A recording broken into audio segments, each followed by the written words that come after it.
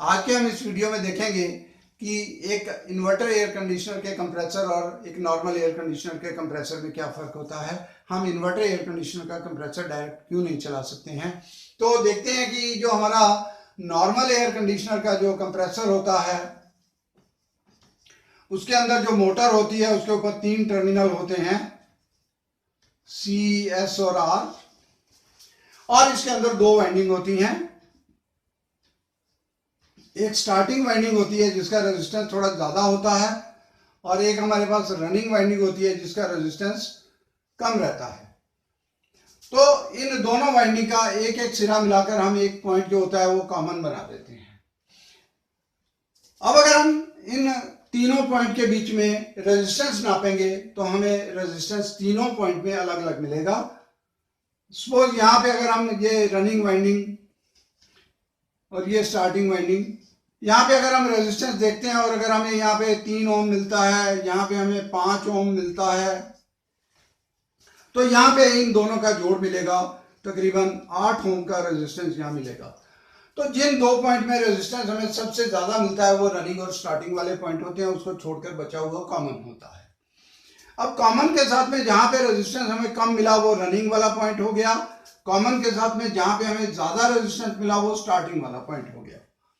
अब यहाँ पे हम मोटर की खराबी का पता भी लगा सकते हैं, इसकी मोटर की वाइंडिंग ठीक है या खराब है। अगर ये वैल्यू हमें मिलती है और ये वैल्यू जो मैन्युफैक्चरर ने बताई हुई है उस वैल्यू से मैच करती है तो इसका मतलब मोटर की वाइंडिंग जो है वो ठीक है। और अगर ये वैल्यू हमें यहाँ पे 0 ओम मिलता है तो इसका मतलब वाइंडिंग शॉर्ट हो गई है। और अगर ये वैल्यू हमें यहाँ पे आई मिलता है तो इसका मतलब वाइंडिंग ओपन हो गई है।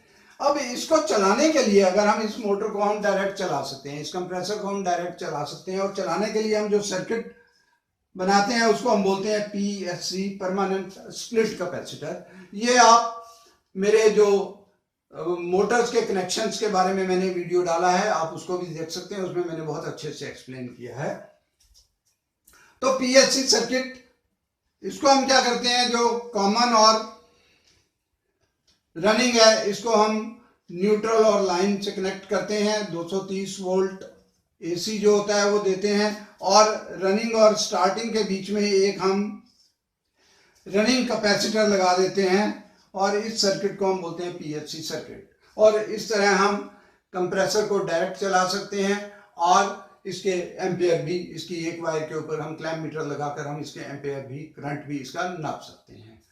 तो ये एक नॉर्मल एयर कंडीशनर का कंप्रेसर।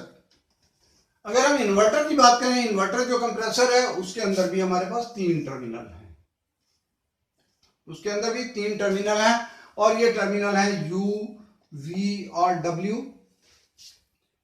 अब इसकी जो वाइंडिंग है, ये इंडक्शन मोटर थी, इसके अंदर VFD हो सकती है, वेरिएबल फ्रीक्वेंसी ड्राइव वाली मोटर हो सकती है, या BLDC, ब्रशलेस DC मोटर हो सकती है, और इसके जो कनेक्शन होते हैं उसको हम स्टार कनेक्शन बोलते हैं। और स्टार कनेक्शन कैसे होते हैं, इसके अंदर 3 वाइंडिंग होती हैं, इसलिए हम इसको 3 फेज 6 पोल मोटर भी बोलते हैं। और हम इसके ये जो एक एंड होता है तीनों वाइंडिंग का उसको हम मिला देते हैं। अब अगर आप ये U, V और W इन तीनों के बीच में रेजिस्टेंस देखेंगे तो आपको सेम रेजिस्टेंस मिलेगा। यहाँ पे इन 2 वाइंडिंग का रेजिस्टेंस मिलेगा, V और W के बीच में इन 2 वाइंडिंग का रेजिस्टेंस मिलेगा, और U और W के बीच में इन 2 वाइंडिंग का रेजिस्टेंस मिलेगा। और ये रेजिस्टेंस सेम होगा और बहुत कम होता है, 1 से लेकर 1.5 ओम तक का ये रेजिस्टेंस नॉर्मली एक इन्वर्टर कंप्रेसर का होता है। अलग अलग कंप्रेसर में ये अलग अलग वैल्यू आपको मिलेगा। अब इसके अंदर क्योंकि ये VFD या BLDC मोटर लगी हुई है तो इसको चलाने के लिए हमें वेरिएबल फ्रीक्वेंसी वाली जो है वो वोल्टेज चाहिए। तो हम क्या करते हैं, पहले AC को कन्वर्ट करते हैं DC के अंदर, और DC को हम वापस इन्वर्ट करते हैं AC के अंदर। जब हम एसी को डीसी में इन्वर्ट करते हैं तो हम बूस्टअप कर देते हैं, यहाँ पे 230 वोल्ट था और यहाँ पे हम 310 वोल्ट हो जाता है। और जब हम वापस इसको इन्वर्ट करते हैं तो हम इसको 3 पल्सेस में डिवाइड कर देते हैं, U, V और W। और हमें न्यूट्रल के साथ में अगर हम चेक करें U के बीच में, तो हमें 150 से 160 वोल्ट एसी मिलेगा। इसी तरह न्यूट्रल और V के बीच में भी उतना ही मिलेगा, न्यूट्रल और W के बीच में भी आपको उतना ही मिलेगा, ये सेम वोल्टेज मिलेगा।